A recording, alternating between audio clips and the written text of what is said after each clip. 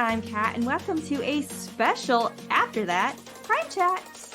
Yay! Today we have a guest with us, and we're going to just talk to him a little bit. If you went back and you listened to our episode 56, The Murder of Katherine Devine, mentioned that I had a friend and former co-worker that brought the story to us, and we have him on here today. We're just going to talk to him for a little bit. Hey, Jeff. Hey, glad to meet you guys both and have me on. It's really exciting. Thanks. Yeah, and happy birthday. Yeah. Thanks. I celebrated the 24th anniversary of my 21st birthday. There you go. Perfect. Perfect. Yeah.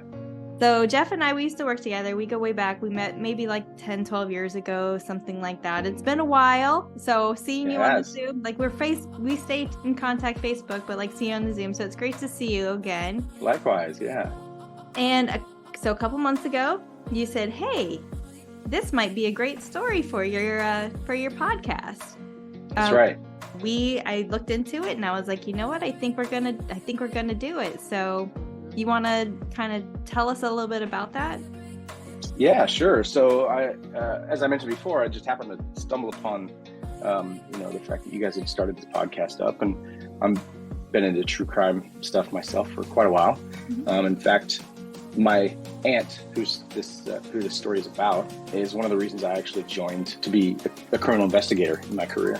Simply because, I didn't know my aunt. She was murdered a couple of years before I was born. So I didn't have that dynamic effect that the rest of my family did. But I got to witness, growing up, what that did to my family, and how the facts and circumstances of the case and the lack of facts and circumstances of the case affected them in both a positive and negative way. And it just got me really intrigued. And so it led me down the path of criminal investigations, and did that for a while, and got to experience the thing that I always dreamt about. And my aunt's story's always been, on the top of our hearts, and we want to keep her on our lives. So thanks both for doing this. Yeah. Oh, no, thank you. And thank you. You reached out and said, consider doing this. And when I looked into it, and you even mentioned too, so it's been on several true crime documentary type of shows. That's right. And when I did some research into it, I kind of was already writing my story before you and I even really talked about it, which is why we're like, we want to bring you on, because we know you've got a very unique and different perspective. And there's a lot out there about her. So when you said that she kind of in the story of what happened kind of inspired your track into law enforcement and criminal investigations. Was that early on, in your life? I mean, and I can only imagine how much something like this would impact a family. Yeah, it definitely was. As a kid, I think a lot of, my friends and things growing up, you hear a lot of, especially boys for some reason in that era, would talk about wanting to grow up and be a policeman, be a cop when they grow up. So I don't know that when you're that young, you really understand the context of what that means, right? You see the cool guy stuff that they do, and it just looks very like a very proud career, right? You can understand that part. It's an honorable thing. But for me, at an early age, I saw kind of what the investigation looked like and how that affected people's families and what law enforcement really meant. It wasn't just, hopping in a car with lights and chasing bad guys. It was literally finding out, I started to learn this early, literally finding out, finding the people that did bad things to good people, and understanding that people's lives were affected, and it made me sad inside, and I wanted to help in some way. And so as I grew up, the idea of law enforcement kind of grew up with me, and I started looking into it more and understanding concepts more. And when I joined the Air Force, didn't even know that there was an avenue for me to take. And once it opened up, I joined, and it was a great experience. I did that for 10 plus years, and I got my fair share of the criminal investigations, and I think I fulfilled my childhood dreams and fantasies for sure. Well, thank you for your service, first of all. Of course. Yeah, happy to serve. So how old were you when you realized what had happened to your aunt, and who told you about that? Who explained that to you? I thought about this. I figured you guys might have asked me that, right? And I thought about this, and I don't recall a particular moment in my life where someone sat me down to explain it to me. It was all just kind of common in the family. I don't want to say the situation was normalized, but they had to move on with their lives, and they had to kind of make it normal in a way, because there was nothing else.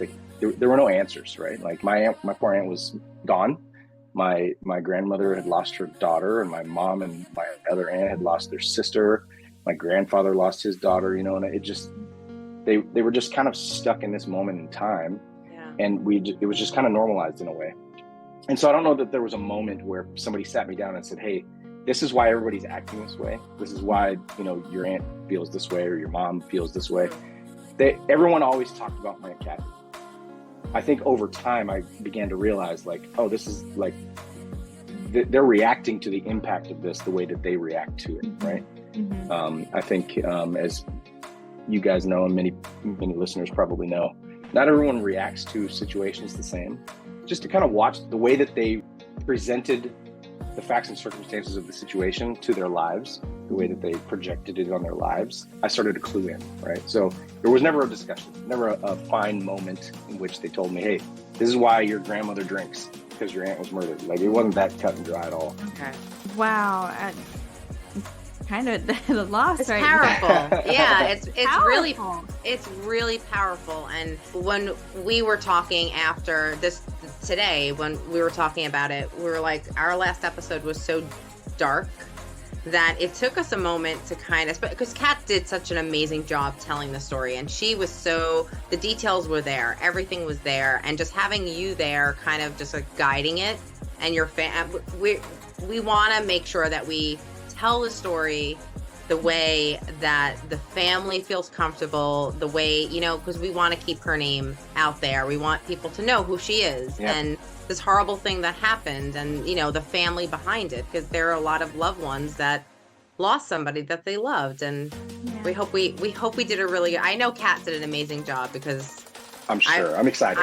Yeah, I ended up with tears. She got me in tears. I told her, I was like, I am so nervous about it, just because you knew me, and it was like, no, I would say that without hearing it, I can tell you did a great job. I know you did. I know it did. So I wouldn't be too worried about it. You did an amazing job, and yeah. And I tried to, and that's one of the things that we do, is like we do our homework, right? Good. Now, yeah. There's certain accesses to database that has a lot more information than you would get on open source, and I don't have access to that crap anymore. So I can't cheat. For sure. Yeah. To get real deets. But I think I put probably more into this, I don't want to say than any story, but it means a lot more just because I know you, and I just hope you guys are happy with it. I hope it worked out. I'm sure it's great. I can't wait. Good. Yeah, I will say too, as a kid, especially in the 80s, early 90s, when I was growing up, everyone knew the name Ted Bundy, right? Even kids my age knew that name. And so I guess curiosity for all kids, when they hear about these things, they don't understand what it all means. Somebody's dead or whatever. They don't get that. They don't understand what that means. Right. But for me, growing up, when they hear that it was likely Ted Bundy or could have been Ted Bundy, I saw a lot of intrigue in a lot of people's eyes. Their eyes lit up, and it made them wonder, made them ask questions. And for me, it was getting interest from other people helped me understand that people did care about my aunt and my family. In a way, right? Yeah. And it wasn't about like attention in any way. It was more like when I mentioned the circumstances and the fact that Ted Bundy's name was in the mix, people took a genuine interest. And I think that's kind of how this case stayed relevant for as long as it did, aside from the fact that they hadn't solved it yet, right? Yeah. Like there was intrigue behind it. Right. And so how did it affect your family when Ted was like, nope, not one of mine? And like, how what kind of impact did that have on your family? Because there's some things that we mentioned in kind of the episode, but just I want to kind of hear what your side is like when that happened, and they're like, nope, not. He says it's not one of his. We can't prove it forensically. We've got no other like, you know, circumstantial evidence or anything other than it's common. How did that impact your family? I can say, like, it affected everybody differently, right? My grandmother, if you ever met her, she is the sweetest, most honest, and naive person you'll ever meet. She doesn't understand a lot. And so she just kind of took whatever was told to her and had to deal with it, right? Oh, I guess it wasn't him. Now what? Yeah. My aunt, on the other hand, my Aunt Charlene, she was only about 7 years older than me. We were pretty close growing up. Kind of like a sister to me. She, like I said, she got into addiction pretty hard, and she was very vocal.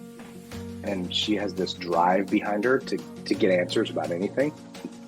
She's dealt with adversity more than anyone I've ever met.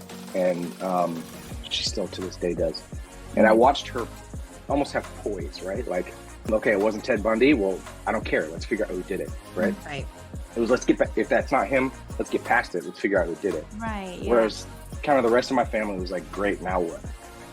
Right? And so I observed quite a bit when I was younger. I sponged from my family. I certainly had enough wherewithal to know that I didn't want to say the wrong thing any time, right? Yeah. I didn't want to upset anybody, you know, by saying the wrong thing. And I certainly didn't want to ask a lot of like prying questions. So I did a lot of sponging and listening to information from the rest of my family. So I learned a lot about how they dealt with it just by the fact that I actually learned how family dynamics are all different and how they loved on one another through that tragedy, right? So this whole thing, I don't know how to explain it. It was the weirdest experience for me, right? Like, I'm this outsider, but also on the inside, right? And I just had to figure out how to navigate it while also being supportive, right? My mom never talked about it.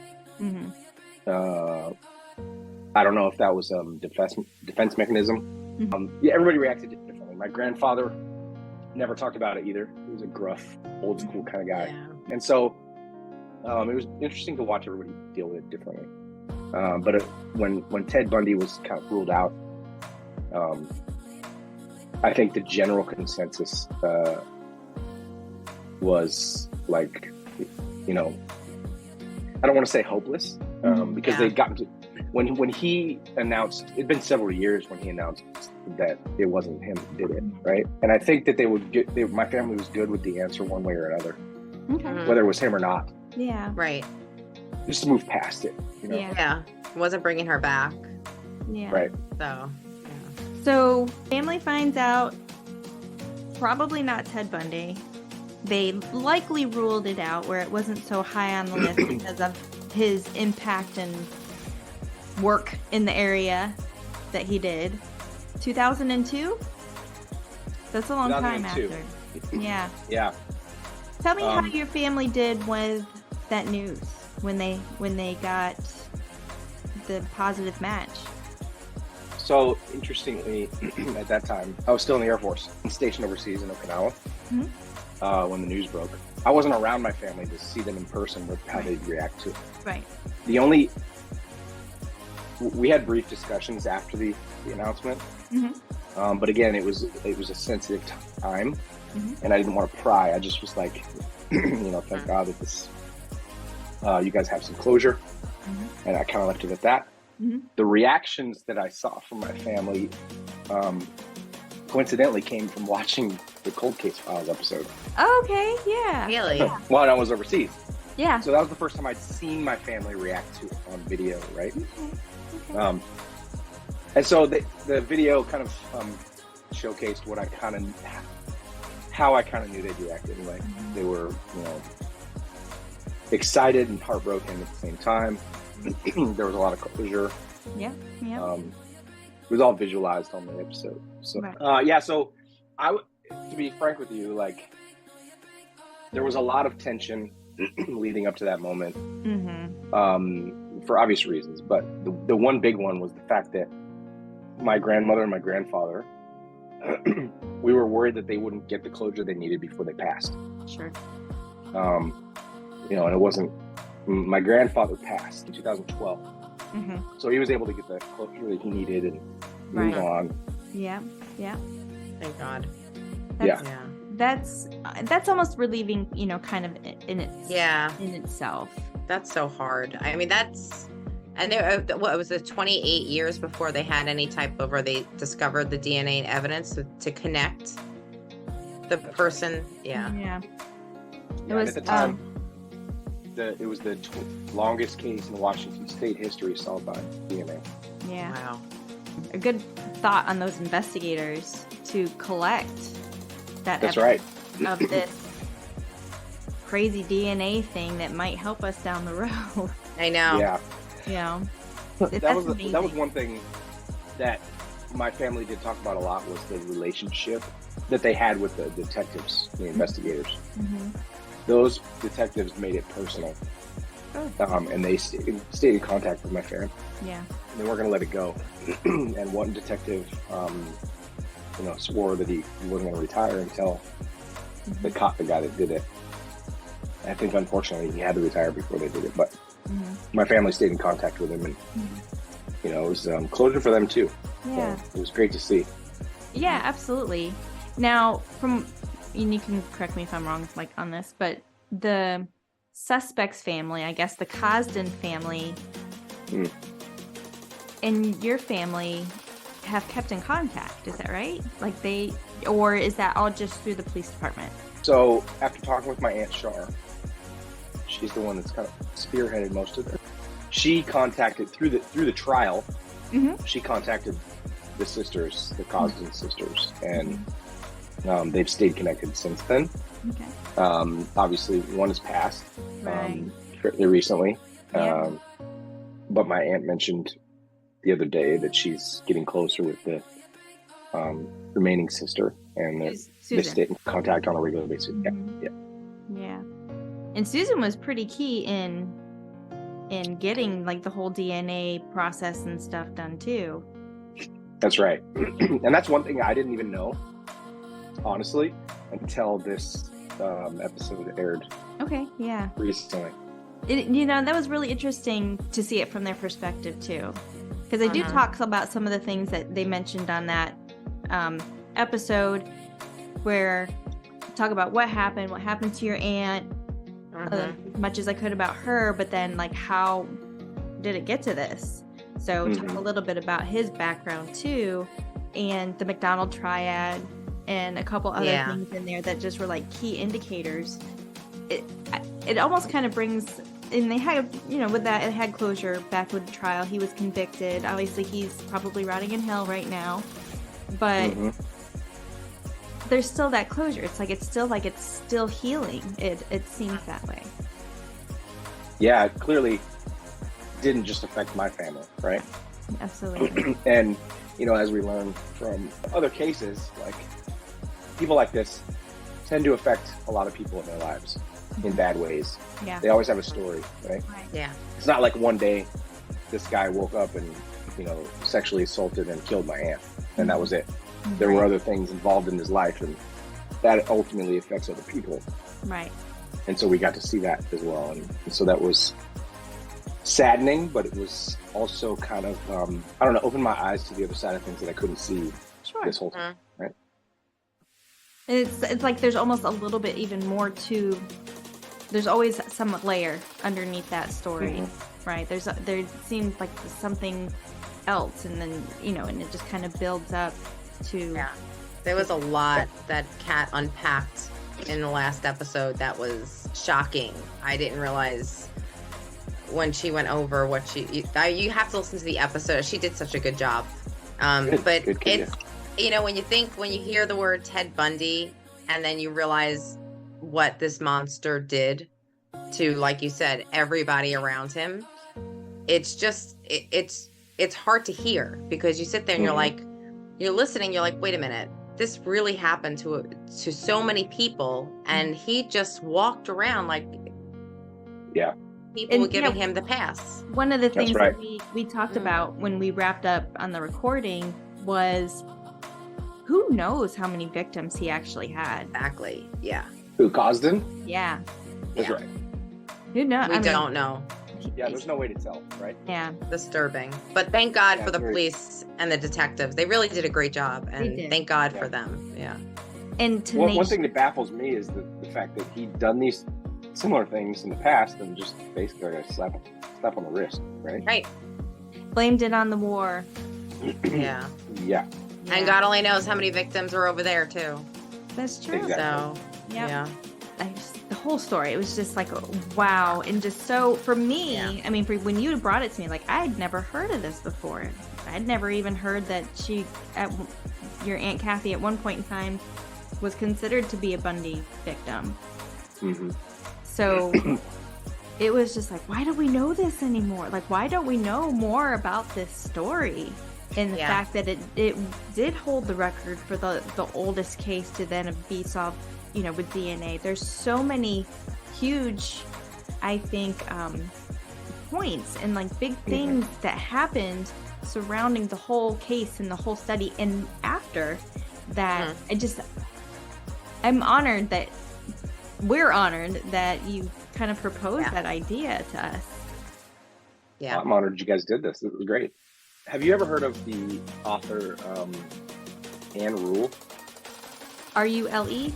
Rule? Mm-hmm. I want to say vaguely.